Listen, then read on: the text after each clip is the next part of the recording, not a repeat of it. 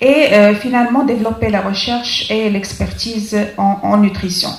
Cette diapositive illustre brièvement les résultats attendus de cette stratégie par rapport à l'élimination, la réduction de la carence, les carences en micronutriments, que ce soit l'anémie, l'élimination de la carence en vitamine A, l'amélioration de la pratique de l'allaitement maternel qui constitue un problème au niveau national, et bien sûr le contrôle de l'obésité et le surpoids aussi bien chez les enfants que les adultes.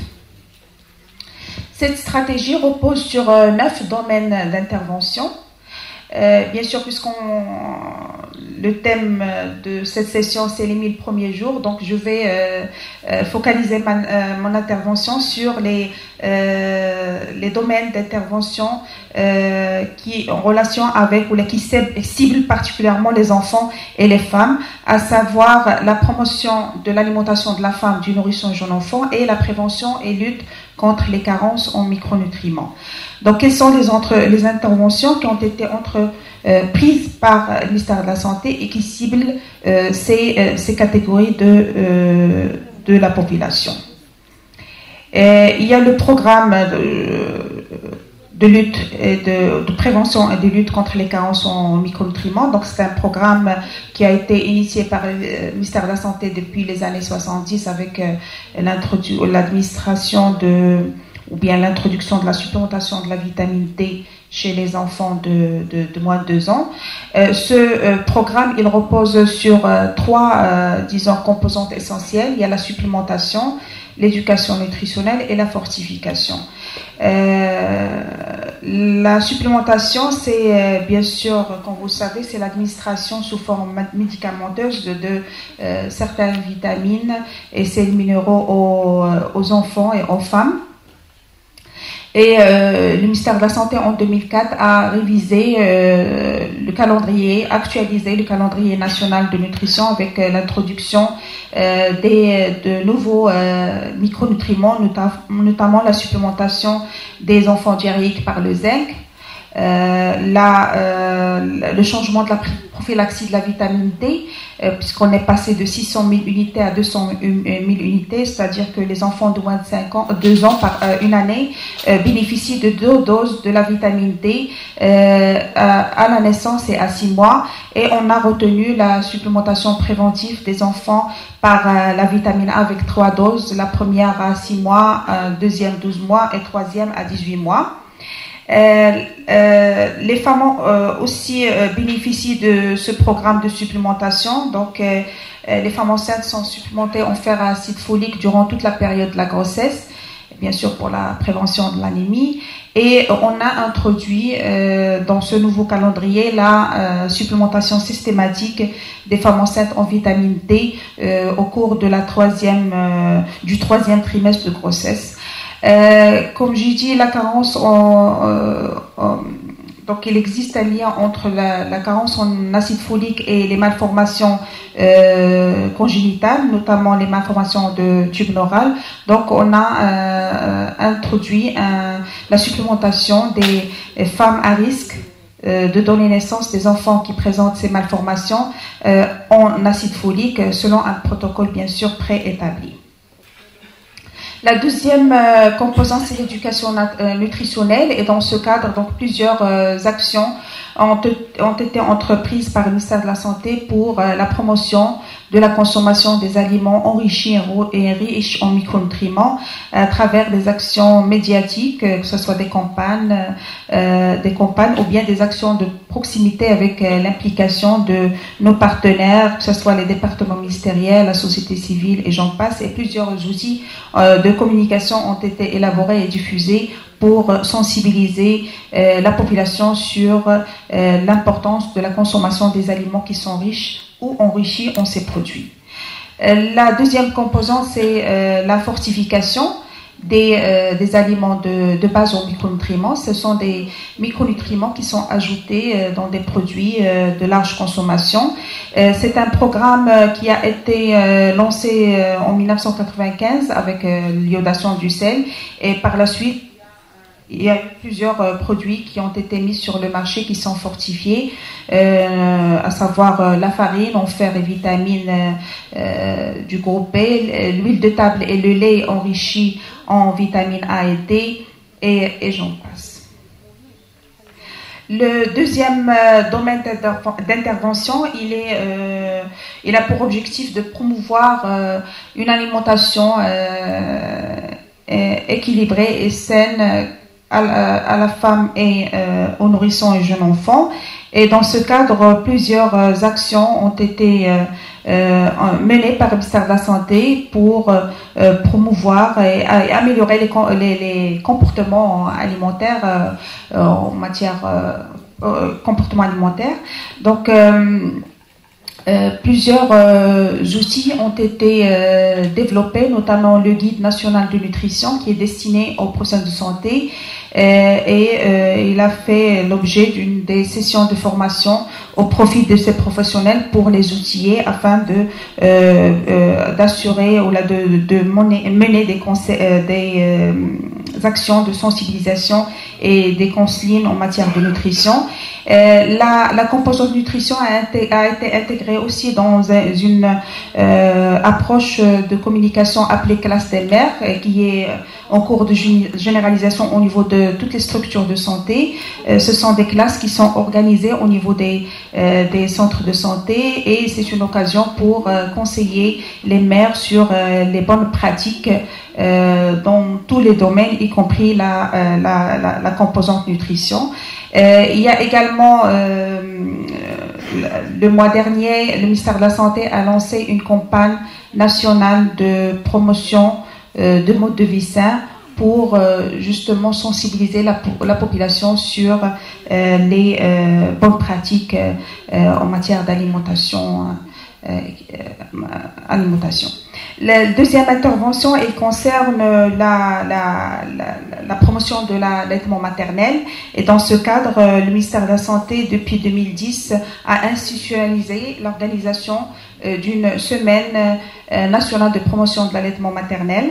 Et cette campagne constitue une occasion pour mobiliser tous les partenaires du ministère de la Santé afin de sensibiliser la population en général et la femme en particulier sur l'importance de cette pratique.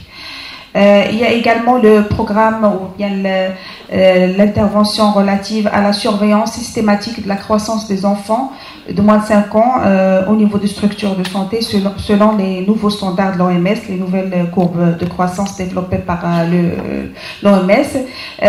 Bien sûr, il consiste à évaluer l'état nutritionnel des enfants, diagnostiquer les cas de malnutrition et assurer bien sûr leur prise en charge. En matière d'amélioration des compétences, le ministère de la Santé a développé pas mal d'outils pédagogiques sur le consigne en matière de l'alimentation du nourrisson et jeune enfant et nous avons constitué des pools de formateurs régionaux et provinciaux en la matière. Sur le plan législatif, donc, le ministère de la Santé a développé l'année dernière, en 2015, avec les experts de l'OMS, un projet de loi sur le code de commercialisation des préparations infantiles, toujours dans le but d'améliorer la pratique de l'allaitement maternel. Donc, c'est un code qui a été élaboré par l'OMS et l'UNICEF depuis les années 60 et que le Maroc a ratifié. C'est vrai que plusieurs actions ont été entreprises pour la vulgarisation de ce code. Il y a des circulaires ministériels qui ont été diffusés auprès des responsables du ministère de la Santé pour qu'ils veillent au respect de ce code, mais on a jugé nécessaire de développer une loi afin d'obliger aussi bien les professionnels de santé que les industriels à respecter les recommandations ou les restrictions qui sont exigées pour justement cadrer tout ce qui est commercialisation de ces produits à l'échelle nationale. Des actions de plaidoyer aussi ont été réalisées par le ministère de la Santé pour la révision de la législation en faveur de la protection de la maternité, notamment le congé de maternité. Maintenant, on est passé de 12 semaines à 14 semaines, mais il y a récemment un projet de loi qui a été proposé par un parti politique pour prolonger la durée du congé de maternité. En termes de perspective, donc toujours dans le cadre de l'amélioration de l'état nutritionnel aussi bien des mères que des enfants, le ministère de la Santé, on est en train de travailler sur un projet relatif à la mise en place d'un programme ou bien d'un paquet de prestations à offrir aux femmes pendant la période préconceptionnelle et avec l'intégration bien sûr de la composante nutrition. Il y a également la consolidation des acquis en matière de prévention et de lutte contre les carences en micronutriments, le renforcement du programme de promotion de l'alimentation de la femme, du nourrisson et du jeune enfant et le développement d'un plan de prévention et de contrôle de l'obésité chez les enfants. Donc c'est un processus qu'on a entamé cette année et j'espère qu'on va pouvoir le développer et le mettre en place dans le futur proche. Je vais finir ma présentation pour dire que la stratégie ou bien la nutrition, c'est pas une affaire, je le dis toujours d'ailleurs, c'est pas une affaire du ministère de la Santé seul. Donc c'est une affaire de tout le monde et la clé de réussite, c'est la mobilisation de tous les intervenants, que ce soit les départements ministériels à travers l'intégration de la composante nutrition dans les différents politiques sectorielles, que les opérateurs économiques, le secteur privé c'est un acteur clé et qui doit jouer un rôle très important pour mettre sur le marché un produit de qualité qui répond aux normes de qualité aussi bien nutritionnelles qu'hygiéniques. La société civile pour toutes les actions de proximité afin de sensibiliser la population, faire le plaidoyer aussi pour une mobilisation sociale, et puis l'université qui joue un rôle très important dans le développement de la recherche en la matière. Et merci.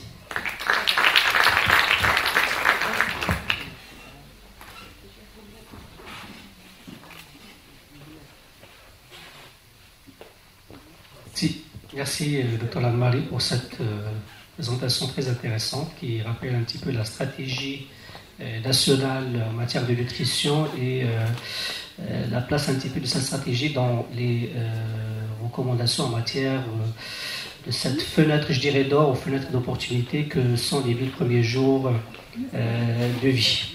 Je pense qu'on va enchaîner par la présentation suivante. Il y a un petit changement dans le programme et avec l'accord du comité d'organisation. J'invite Madame Saïda Beina, nutrithérapeute à Rabat, pour nous parler d'un thème que je pense qu'il s'intègre parfaitement dans ces 1000 premiers jours, comment soutenir l'alimentation de la femme avant et pendant la grossesse du point de vue micronutritionnel. À vous la parole, Madame Beina.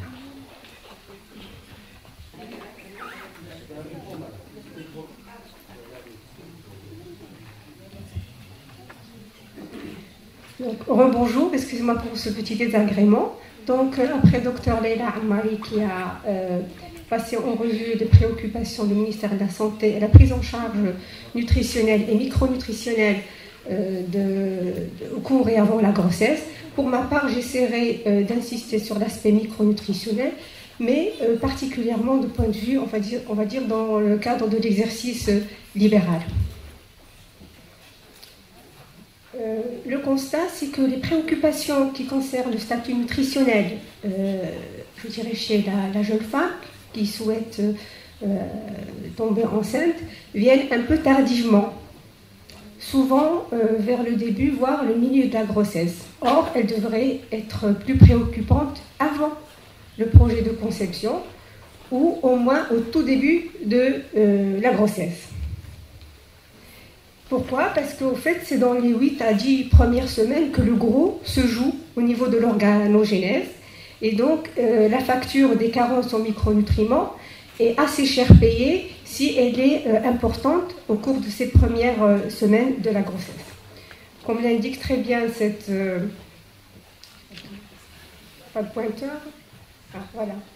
Comme vous voyez ici, les malformations, disons, qui sont très pénalisantes et qui peuvent même aboutir à une fin de grossesse, interviennent souvent entre la 4e et on va dire la 10e semaine de la grossesse. Par la suite, c'est plutôt une phase de croissance fœtale. Alors, et l'homme dans tout ça, il est quand même impliqué.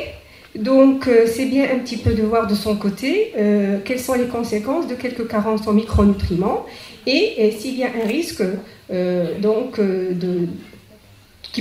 y a des risques qui peuvent entraver la conduite, on va dire, de ce projet.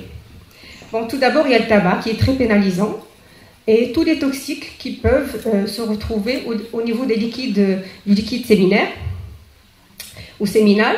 Le déficit en zinc est assez pénalisant aussi.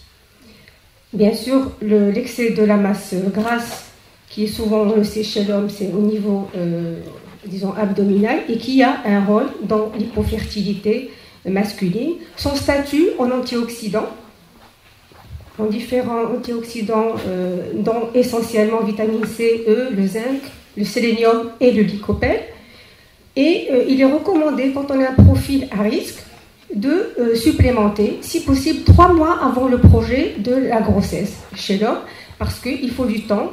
La reconstitution du capital micronutritionnel, et surtout pour les antioxydants, ça prend un peu de temps. Donc, 2 à 3 mois, c'est une période qui est, je dirais, souhaitable.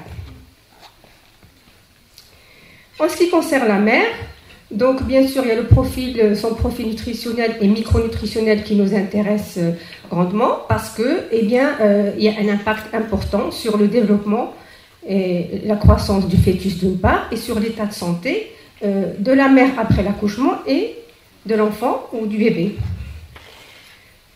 Alors, en ce qui concerne quel est le moment opportun, si une femme prend la pilule, il vaudrait mieux, si c'est possible, d'attendre 3 à 6 mois avant de tomber enceinte, parce que la pilule a un impact important sur le profil micronutritionnel et hormonal de la jeune femme, de la jeune mère.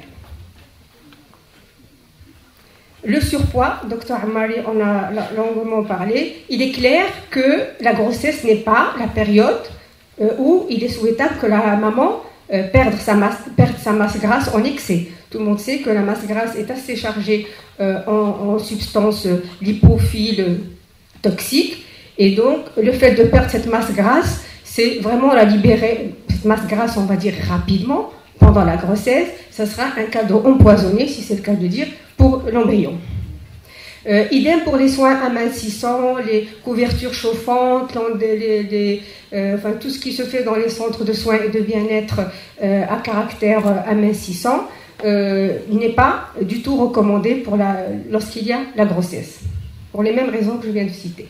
Bon, alors qu'est-ce qu'on recommande à la jeune maman? D'abord d'éviter tous les toxiques, le tabac, l'alcool, l'excès de café, l'excès de thé, tous ces pièges à micronutriments, et de réduire, si possible, dans la mesure du possible, son exposition aux facteurs de risque qui peuvent être quotidiens, tels que les différents modes de cuisson qui ne sont pas toujours, on va dire, optimales, qui détruisent des micronutriments, voire qui introduisent, tels que des acides gras trans, des nutriments qui sont tout à fait indésirables, l'usage du micro-ondes, les produits sanitaires, phytosanitaires et tous les aliments qui sont susceptibles de contenir des perturbateurs endocriniens.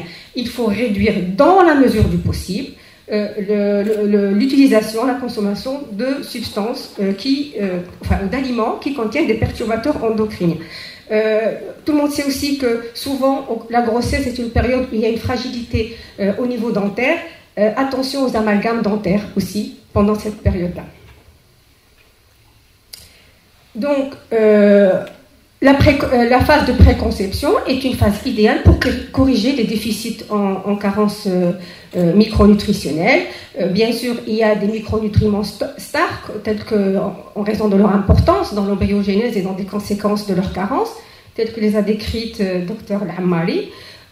Donc je ne reviendrai pas là-dessus. Il y a la vitamine B9, le fer, l'iode, etc. Qu'est-ce qu'on recommande? On recommande, si vous voulez, en pratique libérale, bien sûr pour être en ligne avec la politique du ministère de la Santé publique, la vitamine B9, les vitamines lipophiles essentiellement la D et la E, les acides gras polyinsaturés, principalement corriger le rapport oméga 6, oméga 3, qui est souvent supérieur à la norme, donc essayer d'équilibrer l'apport en oméga 3, mais à des périodes bien précises. L'iode, le fer, la vitamine B6, la vitamine B12, le magnésium commence à montrer une importance et intéresse de plus en plus le corps médical, vu l'importance de ce micronutriment dans les différentes phases du développement du fœtus. Des complexes, des associations de complexes en micronutriments ont leur place, et bien sûr les antioxydants aussi. En phase de préconception, bien sûr on s'intéresse à l'équilibre glycémique. En cas de risque de prédiabète ou de diabète gestationnel, mais aussi en cas d'hypoglycémie, il y a une conduite à tenir qui est bien précisée. Le zinc est particulièrement bienvenu, le chrome, bien sûr les acides gras polyinsaturés. L'activité physique n'étant pas un conseil micronutritionnel, mais elle est particulièrement indiquée au cas où la femme est à risque de faire du prédiabète ou du diabète gestationnel. L'accompagner avec les conseils ou disons les prescriptions micronutritionnelles. Pour la nutrition de base, je pense qu'il y a des spécialistes ici qui vont en parler. Je ne voudrais pas empiéter sur leur présentation. Juste, j'attirais l'attention sur l'importance, outre les micronutriments dont je viens de parler, l'importance des acides gras. La qualité des acides gras peut impacter, les femmes y sont sensibles, du moins en pratique libérale, mais je pense toutes les femmes. Les vergetures, c'est un peu la pelle noire.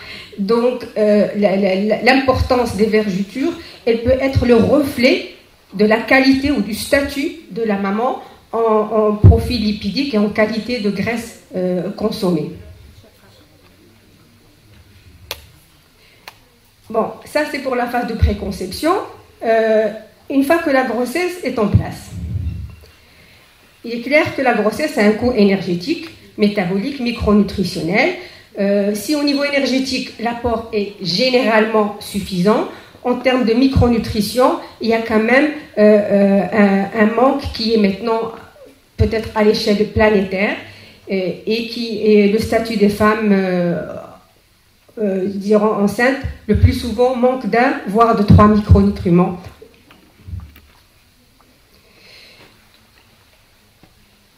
Pourquoi cet état? Parce que donc déjà les femmes arrivent à la grossesse avec un profil insuffisant ou parfois carencé. Ensuite, il y a des causes de surutilisation des micronutriments. D'abord la pilule, on l'a déjà vu dans une slide précédente, les grossesses antérieures et l'écart entre une grossesse et une autre, l'espace-temps, le stress, le tabac, l'alcool, les excitants, café, thé, certains médicaments. L'hygiène de vie bien sûr et alimentaire de la maman et le surpoids. Tous ces facteurs concourent à surconsommer les micronutriments et donc à réduire le profil micronutritionnel de la femme enceinte.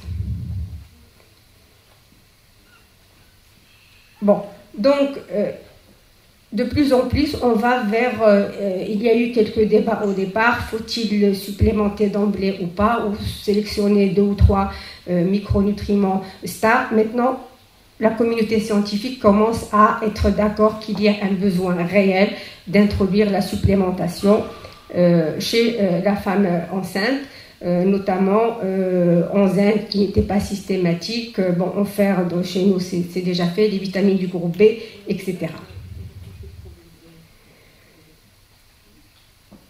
Il est aussi maintenant clairement établi que malgré les capacités adaptatives de la femme enceinte par les majorations d'assimilation ou par des mécanismes, on va dire, d'épargne au départ pour conserver ce qui doit être utilisé plutôt en fin de grossesse ou en milieu de grossesse, il y a tout un mécanisme physiologique d'adaptation extraordinaire, mais malgré tout cela, il est établi aujourd'hui que l'alimentation seule ne suffit pas pour couvrir pleinement tous des besoins en micronutriments requis pour le développement du fœtus et pour ne pas laisser la maman complètement sur le plancher à la fin de la grossesse.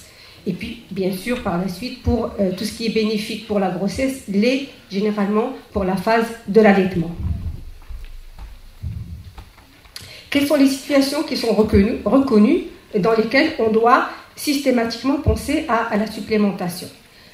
Quand les intervalles sont trop courts, donc des grossesses à un intervalle de moins de 2 années, des grossesses multiples, des catégories, on va dire, à risque socio-économique et psychologique, les femmes anémiques, bien sûr, quand il y a eu des antécédents ou un risque de menace d'accouchement prématuré, des anomalies d'indice de masse corporelle, que ça soit vers le haut ou vers le bas, les mamans pour lesquelles la grossesse est synonyme, surtout au premier mois, d'énormément de nausées, de vomissements et d'un appétit complètement, on va dire, ne deviennent pas anorexiques, mais presque. Des antécédents de malformation ou de prééclampsie, le tabagisme, les toutes jeunes filles qui n'ont pas fini leur croissance et qui tombent enceintes également, les troubles de comportement alimentaire, c'est une situation où la supplémentation est requise, le diabète, la dépression, les troubles digestifs, bien sûr qui impactent l'absorption, la contraception prolongée, on l'a dit, le stress et les ménométrorragies. Bon. Je bousculerai un petit peu la hiérarchie des micronutriments. Si le fer et la vitamine D et vitamine B9 sont les stars, là j'aimerais redonner au magnésium un petit peu la place qu'il mérite, car c'est un micronutriment qui intervient et à des niveaux qui requièrent qu'on y pense, je dirais, de manière plus automatique. Plus importante. Bon, il établit que le magnésium baisse sous l'effet des oestrogènes, donc au cours du cycle de la grossesse, et que sa perte, et en plus, est aggravée par une perte urinaire augmentée. Des études assez importantes ont montré que le taux de magnésium, donc ça a porté sur un nombre important de femmes, je cite ici une d'entre elles, les femmes enceintes ont un taux le plus bas en magnésium parmi la cohorte qui a été sélectionnée. Celles qui sont sous pilule contraceptive étaient à un statut assez bas en magnésium. Les préménopausées et ménopausées, bas. Donc l'ensemble de cette cohorte, de cet échantillon de femmes présentait un déficit plus ou moins important en magnésium. Quel est l'intérêt de supplémenter en magnésium?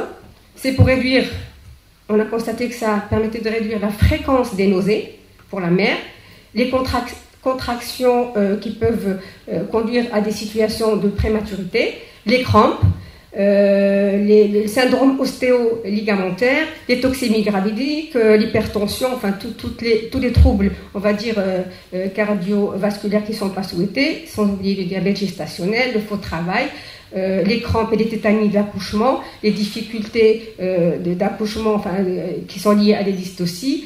Pour le nourrisson, c'est le retard de croissance, le fameux RCUI, donc le retard de croissance intra-utérin, la prématurité, un développement insuffisant avec un score d'Apgar qui est abaissé et une exposition aux métaux lourds. Il faut savoir qu'il y a des transporteurs communs pour ces micronutriments et si les transporteurs sont libres, les transporteurs de magnésium pour l'insuffisance en magnésium sont libres, eh bien c'est tout bénéfice pour les métaux indésirables et notamment les métaux lourds.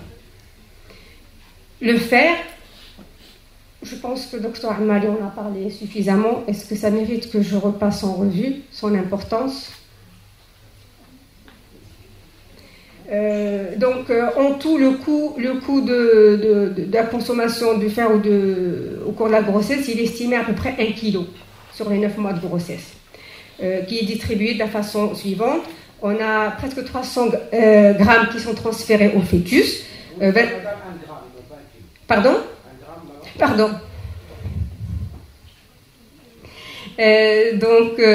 280 mg qui sont transférés au fœtus, 25 au placenta, 500 mg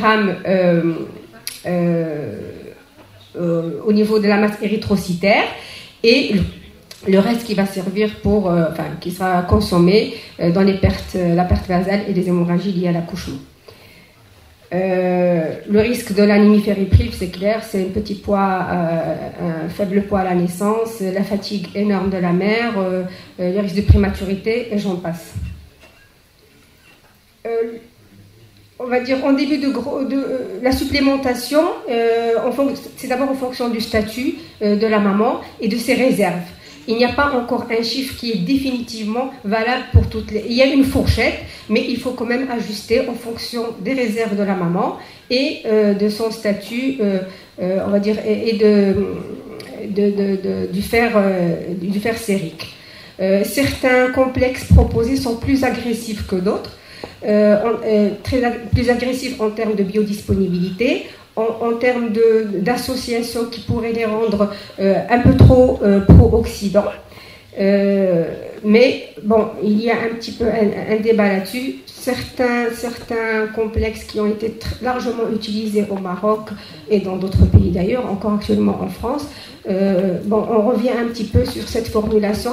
Est-elle optimale ou pas? De même pour la dose quotidienne ou la dose hebdomadaire, sont tombés dans la fameuse mégadose qui, elle, est un petit peu trop agressive. Il faut savoir que l'association du supplémentation offerte avec de la vitamine C améliore son absorption.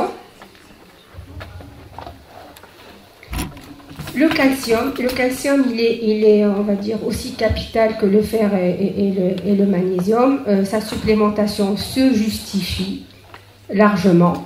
On a constaté qu'en association avec des antioxydants et du magnésium, la prévention des risques de prééclampsie et d'éclampsie sans avoir les retombées secondaires, on va dire les retombées des effets indésirables du calcium, que ce soit sur le fœtus ou sur la maman, l'association calcium-magnésium-antioxydant donnait de meilleurs résultats.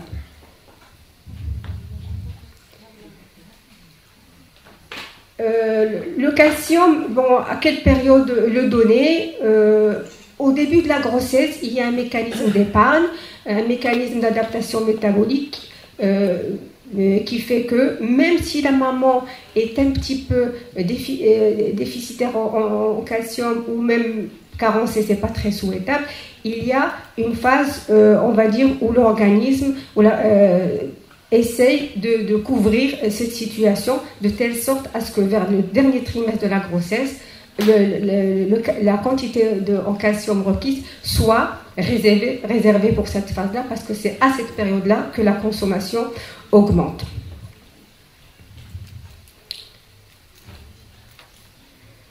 Et ça, je l'ai déjà dit. L'iode. L'iode, il est capital pour la maman et pour le fœtus. Il est vraiment pas souhaité qu'il y ait une carence ni dans la phase de préconception, ni pendant la grossesse, ni par la suite, pour les deux, car les conséquences sont assez fâcheuses, que ce soit parfois des risques d'hypothyroïdie qu'on n'arrive plus à corriger, même à la fin de la grossesse, donc c'est partiellement ou parfois totalement irréversible. Et bien sûr, à l'extrême, c'est les dégâts neurologiques et voire on va dire une mortalité. Le zinc est important, très important pour les 8 ou 10 premières semaines, mais encore plus important pendant la phase de développement. Il joue un rôle capital, c'est un coenzyme ou un cofacteur des enzymes de développement, entre autres, de la masse.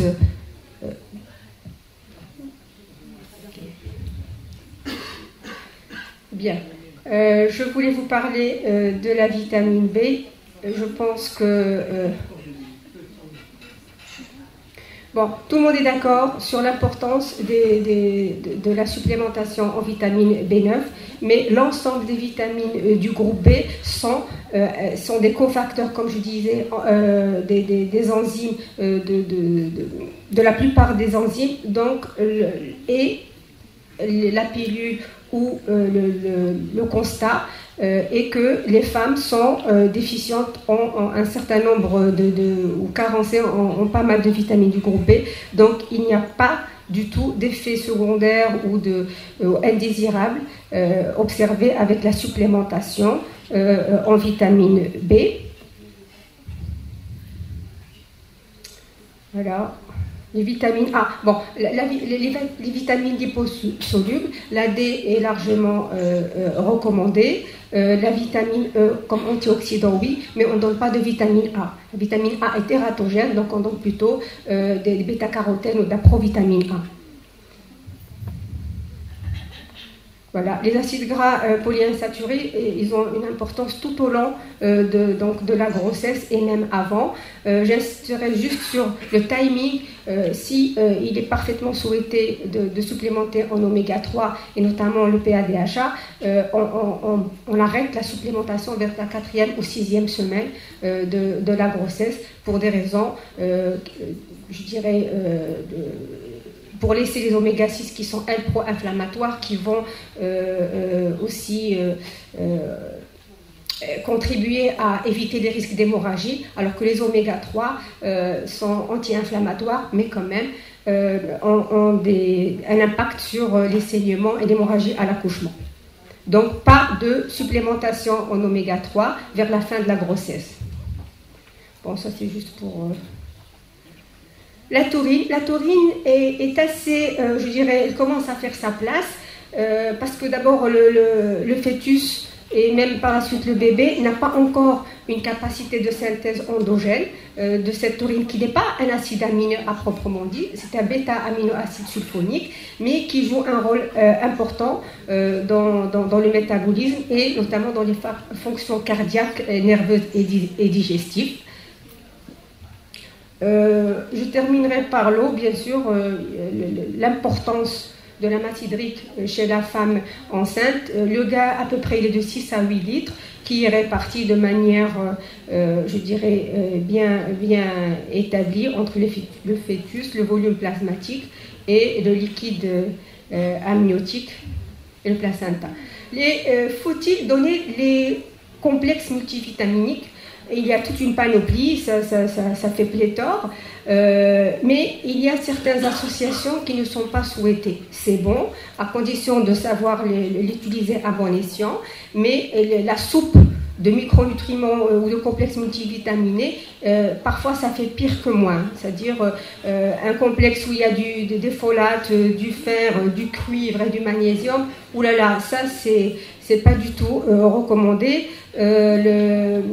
Et dans l'ensemble, il faut aussi la répartition, c'est-à-dire quand on voit toute une liste sur l'étiquette du complexe multivitaminé, il faut un petit peu prendre son temps et dire à quel dosage, qu'est-ce qui est associé avec quoi, et en fonction de la période de la grossesse aussi. Je reviens sur l'importance, pas d'association fer et cuivre, c'est trop pro-oxydant, et ça fait des dégâts, je dirais, non souhaitables. Les probiotiques, on commence aussi à trouver leur place. Notamment, on a constaté que ça aide à équilibrer la microbiote de la maman, mais aussi à préserver le bébé et l'enfant contre les risques de maladies allergiques plus tard, et à lui donner, on va dire, un capital biodiversifié qui est à son avantage. Les antioxydants, on en a parlé, quelques autres